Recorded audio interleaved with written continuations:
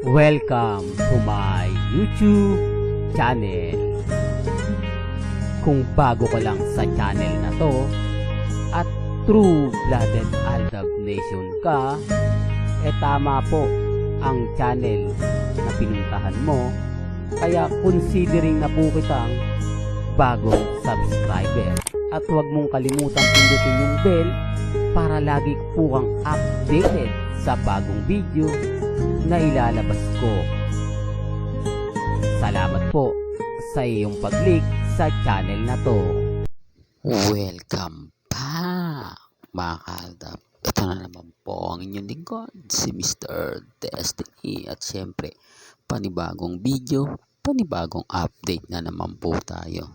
Itong weekend mga kaaldab, marami na naman po tayong nabasa na syempre yung iba pabor na pabor sa Aldab Nation at yung iba na naman po pinapaingay na naman si Alden Richards. Maraming mga nagpo-promote na naman mga kaaldab para sa kanila. Bakit nga po ba gamit na gamit si Alden Richards? At bakit nga po ba kapag gamit na gamit si Alden, diyan naman po maraming umeepal para iangat naman at pag-usapan si Mengay. May babae daw pong bago na nalilink talaga daw kay Alden Richards. Yan yung pinaninindigan na mga ilang vlogger. Pinaninindigan pero wala naman pong nakikita. Galit sila sa atin sa paninindigan po natin kila Maine Polkerson at Richard Polkerson. Pero sila naninindigan din daw po na meron daw po talagang karelasyon si Alden. Hindi lang daw po nakikita sa social media, private lang daw po yun. Baka si Mengay yung nakikita nyo. Buti pa kayo, naiispatan ninyo. Dahil sa husay po magtago ni Alden. At alam po yan ni Mama Ten. Kaya nga sabi ko sa inyo, kung simple lang po, mayaman, di po ba talagang masabi mo na wala sa social media, hindi ba papakilala yun ni Alden? Hindi po ba sinabi ni Alden na meron kapag meron na siyang karelasyon, ia-anunsyo niya pa at si Boy Abunda pa po ang mag-a-anunsyo. Common sense na lang po. Sa mga hindi po nakakaalam niyan, baka sabihin na naman po nila mga kaaldab na fake news ako, walang sinabi si Alden Richards na ganyan, na si Boy Abunda pa po ang mag-a-announce kapag meron siyang karelasyon. Alam to ng mga Alden fanatics, alam to ng mga ilang Aldab Nation, pero siguro yung iba po hindi yan alam. Kasi alam ko, ibabash ako niyan sasabihin ako, yan na naman, nagsisinungaling na naman si Mr. Destiny. Ibig sabihin, i-announce pa ni Alden Richards kapag may bago siyang babae na nakarelasyon, ganito ganyan, kailangan pampuntahan si Boy Abunda. Yan sinabi po ni Alden Richards. Para lang po klaro, para lang po malinaw, para lang po sa magkokomento at sasabihin fake news ako. Wala naman pong problema. Hindi naman po tayo magpapatinag dyan. Hindi naman pwede nating ipilit yung mga bagay-bagay na alam naman po natin na mahirap talagang sabihin. Mahirap talagang ipaliwanag. Ako bilang Aldab Nation, alam natin ang buong istorya. Alam natin ang buong kwento na si Alden Richards talaga ang sikat. Aminin man po nila o hindi, mas sikat si Alden Richards kaysa sa mga artista ng GMA Network. Medyo masakit lang sa nasalita. Medyo hindi nga po maganda at kaaya-aya. Pero ang kagandahan naman po noon, at paulit-ulit ko naman pong sinasabi na maging ano lang, tibo ba? Maging patas lang po. Kasi lugin-lugi po talaga yung fandom. Kapag kami nagbalita, agad-agad sinasabi nilang fake news. Di po ba?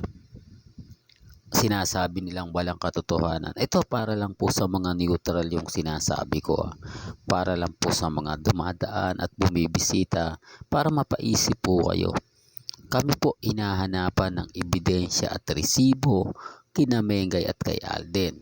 Gayon yung mga sinasabi ko po mga kaaldab na si Mengay sa Bulacan po talaga umuwi o sa bagong bahay ni na Alden Richards. Kung bakit ko nasabi to, dahil din po sa mga taong malalapit kina Alden at kay Mengay na Aldab Nation. Sinasabi nila sa atin yan mga kaaldab. Siyempre hindi ko naman po pwedeng sabihin na hindi yun totoo dahil sila po mismo ang nakakita. Sila po mismo nakasaksi. Tama naman po dahil kamakailan nga po nakita nga po si Mengay sa Bulacan. Tanging malalapit lang po talaga. Sabihin na natin na maraming Aldab Nation sa Bulacan na siyempre kapag kumain sila naiispatan nila yung taga Quezon City kapag pumunta ron di po ba? Pagka sinabing nandito si Maine, pupunta sila, nakaalis na sa layo po ba ng Quezon City? O, sa Caloocan, o sa Bulacan. O, hindi katulad doon, 3 minutes lang, nandun ka na kapag taga Bulacan ka. Ang pinupunto ko rito mga kaaldab, hindi siya sa District 1 umuwi. Never nga po itong nakita at lagi kong paulit-ulit na sinasabi, bakit hindi nga po nagsisimba ang dalawa sa District 1? Hindi po ba mas magandang pakinggan, panoorin, o sabihin iba to? O ayan Mr. Destiny, nagsimba yung dalawa. O sabi mo hindi ganito ganyan. O, kahit pa paano mababasag tayo. Pero hindi, walang ganun. At si Ibyang na napakatapang ngayon, sinasabihan si Mengay na low siyang na wala pang anak. Pangit. Bakit hindi po nila magawang ipagtanggol? Dinadown ngayon si Mengay dahil nga po gusto nilang mawala na. Gusto nilang bumagsak yung karir dahil 11 years na nga po ito. Maraming kapwa niya artista. Hindi, real talk to. Ang kumbaga naiinggit kay Mengay. Naiinggit dahil ang tagal Hindi po ba? Hindi nila ini-expect na ganyan tatagal si Mengay. Ganyan aabot ang karir ni Maine Mendoza. Partida nagkaroon pa ng pandemic yan. Kaya nga sabi ko sa inyo, sisirain nila si Mengay. Gagawa nila ng issue para mawala yung kinang ng 9 to 11 years. Silang dalawa naman po talaga yung sikat Biruin mo kapag pinag-uusapan si Alden. Talagang si Mengay sumasabay. Yung tipong trending si Alden dahil sa Love Siargao. Trending si Alden dahil sa mga napapanood sa social media. Hindi po siya nagtitrending dahil sa GMA. Di po ba? Yung photos lang ni Alden Richards na nakadila nag-trending ang daming gumaya pa nun. Tapos may malala pa mga ginagawa pero nag-trending po ba? Pinag-usapan nga po ba? Common sense na lang po sa mga nagsasabing mas marami pa ring sikat sa GMA. Hindi po. Kayang-kayang dalhin ni Alden Richards ang Cold Gray. Kahit sabihin nila na hindi sikat na mga artista ang nakakasama ni Alden Richards o mga laos na artista ang mga kinuha niya. At si Mengay po, napakaganda po ni Mengay. Super sexy po si Maine. Yan po yung totoo. Kung nakita niyo po yan sa personal. Noong mga panahong 1 for all for one. Po ba? Nakalye, serye. Sa mga nagsasabing hindi maganda si Mengay, okay lang po yan. Sigurado naman po tayo na hindi po talaga nakita nila si Maine Polkerson ng malapitan. Real talk mga kaaldab.